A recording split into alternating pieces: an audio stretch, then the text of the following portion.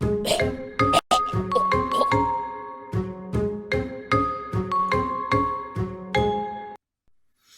ho, cats and kittens! Welcome back to another exciting episode of the Klog. I'm your host, Kat, and today I would like to dive into news about my channel and stuff like that. If you've been following me for a while now, you will have noticed that I've kind of fallen off schedule.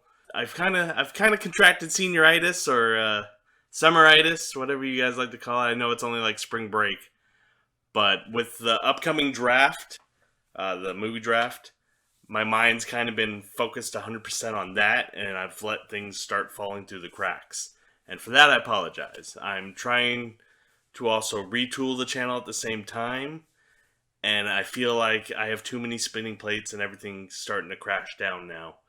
So I think I'm going to take some time and kind of reorganize and plan better, and then kind of do almost a rebooted channel, if that makes sense.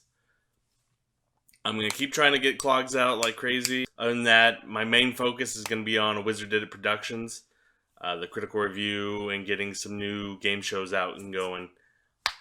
But yeah, I'm going to still do game tests and stuff like that, and I would still like to roll out Fallout and Borderlands, and possibly a Skyrim show I want to do.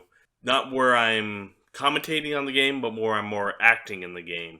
That'll probably come out in the fall, hopefully, if I can stay on track. Aside from that, everything's been looking good. I am looking for help. I think that's where my biggest issue right now has been. I need an engineer or a crew, somebody who can help me with the editing and graphics. So I'm looking for that right now. Hopefully I can get that soon. I would also like a producer to help get guests on and stuff like that and help me get bigger shows going. But aside from that, everything's, I think, back on track. Aside from this, I know this is supposed to be on Monday, but you know, you do what you can. You know, when you're just starting out, you got to kind of roll with the punches and adapt and keep pushing. The goal is to not give up. That's where you really fail. So hopefully you guys can forgive me and keep pawing at that like and subscribe button and tweeting at me and let me know what I can keep doing to improve. Your guys' feedback really does help. On to better news. Updates. Conquest Sacramento is coming rapidly, and I feel like I'm not prepared. I've got most of the figures painted, most of the heroes painted, so I'm feeling good about that. I don't think I'm going to get my new shipment of Super Dungeon figures in time, so at least I won't have a mountain of new figures dropped on me to paint. But at the same time, that's going to limit my storytelling capabilities, I think.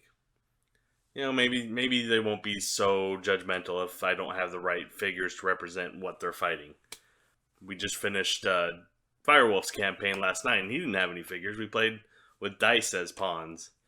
So, it's not that important to everyone, but Arknight and the Ambient Realms is kind of stressed that this is kind of like a big show. We have to put on a big show. We want to, make sure they get their money's worth. And I feel that way too. That's why I've been scrambling to get these paint jobs done and working hard on the campaign so that I can deliver that.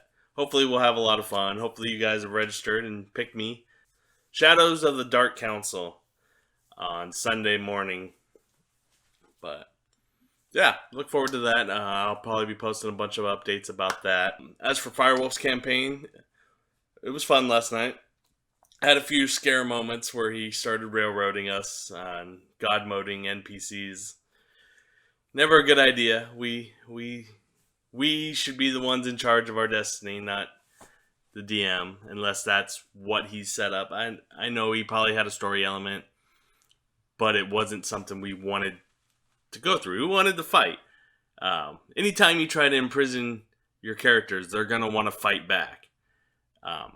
I think Matthew Colville has a great video about that, about how he thought that he had his guys outnumbered, and because players think they're invincible, that's their story, and they wrongfully fought back. Nobody likes to be stripped of their stuff and thrown in prison for no reason. But yeah, overall it was okay. It was supposed to be the ending of a campaign. where we'll never be playing these characters again, and he ended on a to be continued, basically. He story moded the final boss fight, and we were just kind of there listening to, what was going on. Everything we tried, he immediately canceled. So hopefully he gets better at that in the future campaigns. Apparently he wants to use our characters for a different group that'll be in the same world, which is cool. But I basically knew we couldn't die. Like, he tried to add this moment of tension of this firewall coming at us if we didn't bow to the new king, and we all stood there and just let it engulf us, and we were perfectly fine. So, just tips for DMs out there: don't put your characters on the rails. You can put the story on the rails, and like this, no matter what we do, this objective will need to be achieved. But don't put us on the rails. That's the big difference. You can have a storyline that's on the rails. We can't go off and do our own things, but don't take control of our characters. That's what we're there for. We are in control, and it started like we were having a lot of fun, and we were drinking, and it was going great. And then we started to resist, and our spells were instantly canceled, and one of the characters was immediately put in like shackles without any types of checks or resistance. And that was when my mind just clicked off, and I went, "All right, they're in God mode. Let's just do what they want." Like, everybody was just shocked because I'm a barbarian, so I'm the one that usually goes against the plan. I'm the one that ruins everything. Like, everybody goes stealth, and I pretend, since they didn't warn me they were going stealth, I think they all just disappeared on me, and I start hollering for them. Or it's just stuff like that. Like, in that normal situation, I would have probably, gone after the guards. But I think we would have just ended up either knocked out or just instantly in shackles type. It was that kind of situation. So, just food for thought. Don't railroad your players. You can railroad the story, just don't railroad the players. Let them be players. Roll with the punches. If you didn't have something planned, you gotta learn to improvise. You shouldn't be DMing if you have to have a plan for everything. You should have abstract ideas. But I digress. Overall, we had a lot of fun. It was much better than the week before, or the time before. I left that session very angry. This one I didn't. I had fun. He got us back on track, which is kind of funny because I'm kind of against that. But in the sense that we were back to having fun. We hit a bump, and we got back to fun. So that was the difference, is we were still able to have fun towards the ending. So overall, it was a positive experience. And he got some good info and retooled his system. And I look forward to the next campaign. Anyways, on to reviews. Star Wars Rebels was this weekend, and we finally get the Maul Obi-Wan confrontation. And I know a lot of people are probably mad about it, because it was a big build-up, and it was so swift. But at the same time, it was so tense. Like, watching that, like, he did his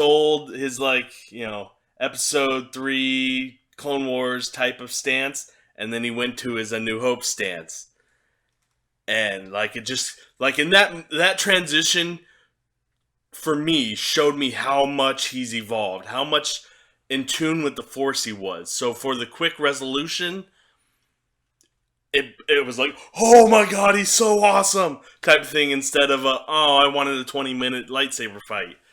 I was like, we've had those. And I think it strengthens why he lets Vader cut him down in A New Hope. Because if you watch the Vader fights in Rebels, Ahsoka's giving him a hard time. Like, so it just kind of made everything make sense. Like, why in A New Hope, granted, it's because they didn't know about all the flippy stuff back then. But it just gives so much power to why they're, barely attacking, because it's the one who strikes first who usually falls. in most sword fighting. That's what I learned from kendo. It's basically it's a patience game. Whoever goes for that first strike is most likely to lose. And that's what we saw with this Maul fight. Maul strikes first, and it's one block, two block, down. And it was so great. It was so powerful. I mean, like, literally goosebumps just thinking about it right now. And then the beautiful score at the end as he looks over the moisture farm, and we hear Aunt Beru, Luke! And we see a figure running across, and it's just like, oh, we are so close to A New Hope. And the classic score plays. It was a beautiful episode. Very well done. It could have been the season finale, and it's not. We still have one more big hour-long finale coming up next week, and hopefully it delivers. I want to see Thrawn. I want to see, basically, what I want to see is the formation of the Rebel Alliance, and Thrawn just wrecking shop. He's been waiting for them to form this alliance, and now he gets to wreck them. And we get to see why they're so dire in Rogue One. So, very much looking forward to that. Aside from that, it was a great episode. I know a lot of people are mad that Ezra is on Tatooine and that he got to meet Kenobi. But I think it worked. I think it worked perfectly. I think it makes sense for the storyline they're going. I'm less convinced now that Ezra's going dark. I think he might actually survive Rebels, and we might see him in future movies. A lot of people are speculating that he's going to be Benicio del Toro's character, and I actually think that would be pretty cool now. As for who I think is going to bite it by the end of the season, I think Agent Callus is going down. I think Zeb might go down. They might give him one more season, but I think if you really look at this entire season, he hasn't done anything. He had one solo episode against the protocol droid thing, the infiltrator. I don't remember what it was called. But yeah, aside from that, he hasn't been doing much. So I don't see him making it out. We know General Syndulla survives, and we know Chopper survives. But I don't have high hopes for Kanan. I don't think it'll be this season. I think they're going to wait for maybe an Emperor encounter. I don't know. I like that Sabine might survive because now she's off on her own mission. So that was kind of cool. They didn't have to kill her off. I think, who's the showrunner? Oh, I don't know. I'm blanking on his name right now. But I know he likes her a lot, just like he likes Ahsoka. I think the season might actually end with us seeing where Ahsoka is. Or, I don't know. Maybe that'll be a mystery forever until they, aforementioned showrunner, whose name I'm blanking on, gets his live action movie. Because he created Ahsoka and he really loves her. And she's come a long way. I really like Ahsoka now. But anyway, I digress again. Also coming up, WrestleMania! For all you WWE fans out there. It's going to be a pretty good card. I'm looking very much forward to the Seth Rollins Triple H fight. I was so glad he was able to recover. Curious how the Lesnar Goldberg fight's going to go. I think Lesnar might get his retribution. But, I don't know, this Mania is shaping up to be quite entertaining. So I hope you guys are following. I'm looking forward to the mixed tag match between Cena and Nikki versus Miz and Maurice. I think Miz is someone who's always overlooked. He deserves WrestleMania moments, and they keep throwing him in either ladder matches with a bunch of other people, or he's always overshadowed. Looking forward to the Orton Bray championship match. I think that's going to be done really well. I like their story progression. The AJ Styles, Shane McMahon was kind of harshly thrown together. I think they could have waited till this week to make the match because like basically Dan O'Brien has fired him now for assaulting Shane, and then Shane ended the episode with him saying, "You have a man." I was like, didn't you just fire him? But anyway, everything's shaping up to be a good Mania. So if you got tickets, you're lucky as... One day, it's on the bucket list. I will go to a WrestleMania. As for that, I would like to end on anime. I'm kind of tired of having this fight with people about anime being, I don't know, what, juvenile or not interesting because it's a cartoon. And it's just like, have you actually sat down and watched one that has like... I go to Death Note all the time for the people who say anime's just a cartoon or it's for kids, and it's like, you don't understand anything, Jon Snow.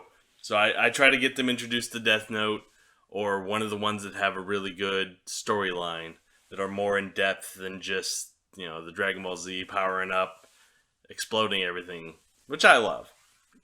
You know, One Punch Man has extreme action, but it's so funny. And just characters. The characters are so thought out. I don't know. If you've never given anime a chance, ask a friend who knows about anime. Tell them what shows you currently watch and like. I guarantee they'll have an anime you could watch and that you will probably get a kick out of. If it's the subtitles thing, you know, you gotta evolve. Stop being so ignorant. There's dubs, but they're rarely as good as the subs. You know, we Americans don't emote to that level that anime characters do. So when you switch to English, it doesn't translate well, usually. I would say ones that have kind of done very good at it are Attack on Titan. I didn't mind the dub, but it was definitely more emotional in the sub. So I always say go sub first and then watch it in English to maybe pick up any subtext you missed. Because it is hard to take it all in for the first time while you're reading. So sometimes it's nice to go back and watch it dubbed so you can just kind of take it all in. Get on it. Expand yourselves. Keep pushing. Please paw at that like and subscribe button. Comment below and tweet at me. I will see you guys when I see you. Because who knows if I can keep on track. I'm going to keep on track. I'm gonna go that way. I'm gonna keep on track. So I'll see you guys next Monday. Tabby ho. Get excited!